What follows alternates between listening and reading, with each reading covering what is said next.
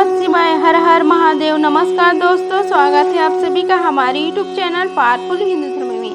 आज हम आप सभी को भाद्रपद की अमावस्या कब है, उसके शुभ मुहूर्त, पूजा विधि, महत्व और कथा के बारे में आप सभी को बताएंगे। आइए जानते हैं कि भादो मास की अमावस्या कब पड़ रही है।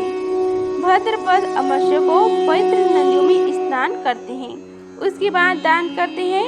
भाद्रपद माह की कृष्ण पक्ष की अमावस्या तिथि को भाद्रपद अमावस्या कहते हैं। आइए जानते हैं इसके महत्व के बारे में। भाद्रपद अमावस्या भाद्र माह की कृष्ण पक्ष की अमावस्या तिथि को है। भाद्रपद अमावस्या के दिन स्नान और दान करने का बड़ा महत्व है।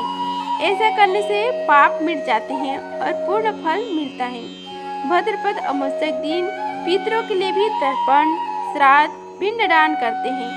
इस बार भाद्रपद अमावस्या पर परिघ योग बन रहा है और उस दिन माघ नक्षत्र है। आइए जानते हैं भाद्रपद अमावस्या की कब है तथा भाद्रपद अमावस्या की मुहूर्त और पितरों के तर्पण के समय के बारे में। हिंदू कैलेंडर के अनुसार इस बार भाद्रपद अमावस्या की तिथि 22 अगस्त शुक्रवार को दिन 11:55 से शुरू होगी। यही तिथि 23 अगस्त शनिवार को दिन 11:35 पर समाप्त होगी। उदय तिथि के अनुसार भाद्रपद अमावस्या 23 अगस्त को शनिवार को है, जबकि दर्श अमावस्या 22 अगस्त शुक्रवार को है। आइए जानते हैं इसके मुहूर्त के बारे में। 23 अगस्त को भाद्रपद अमावस्या के दिन का शुभ मुहूर्त यानी अभिजीत मुहूर्त दिन में 11:58 से दोपहर 12:49 तक रहेगा। भाद्रपद अमावस्या का ब्रह्म मुहूर्त प्रातःकाल 4:26 से प्रातः 5:10 तक रहेगा। ब्रह्म मुहूर्त में स्नान करना शुभ फलदायी मानी जाती है। उसके बाद से आप दान कर सकते हैं। इस दिन आप अपनी क्षमता के अनुसार वस्त्र, अन्न, फल आदि का दान कर सकते हैं। आइए जानते हैं अब भाद्रपद में पितरों के तर्पण और श्राद्ध के समय के बारे में। भाद्रपद की दर्श अमावस्या 22 अगस्त शुक्रवार को है। इस दिन आप अपने पितरों के लिए तर्पण और श्राद्ध कर सकते हैं। दर्श अमावस्या पर तर्पण, पिंडदान, श्राद्ध आदि दिन में 11:11:30 बजे से दोपहर 2:30 से बीच कर सकते हैं। जो लोग 22 अगस्त को तर्पण नहीं कर पाए तो 23 अगस्त को सुबह में कर सकते हैं। अब आइए जानते हैं इसकी परिघ योग में भाद्र अमावस्या के बारे में। इस बार भाद्रपद अमावस्या के दिन परिघ योग बन रहा है। परिघ योग प्रातः काल से लेकर दोपहर 1:20 तक है। उसके बाद शिव योग बन रहा है। भाद्रपद अमावस्या पर माघ नक्षत्र प्रातः काल से लेकर 24 अगस्त को 12:54 तक है।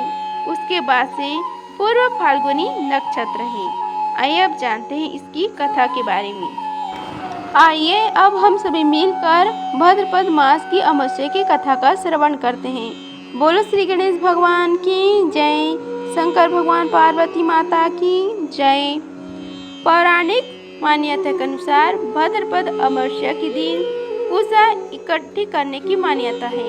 इसे पिठौरा, कुशोत्पटनी, कुशग्रहणी अमावस्या आदि नाम से भी जाना जाता है।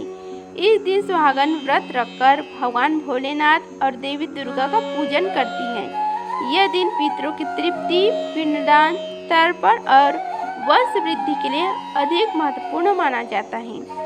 अमावस्या की शाम पीपल के पेड़ के नीचे सरसों के तेल का दिया जलाएं और पितरों का स्मरण कर और शिव जी और शनिदेव की आराधना करने से जीवन में चारों तरफ से लाभ ही लाभ मिलता है। इस अमावस्या की व्रत कथा के अनुसार बहुत समय पहले की बात है। एक परिवार में 7 भाई थे। सभी का विवाह हो चुका था।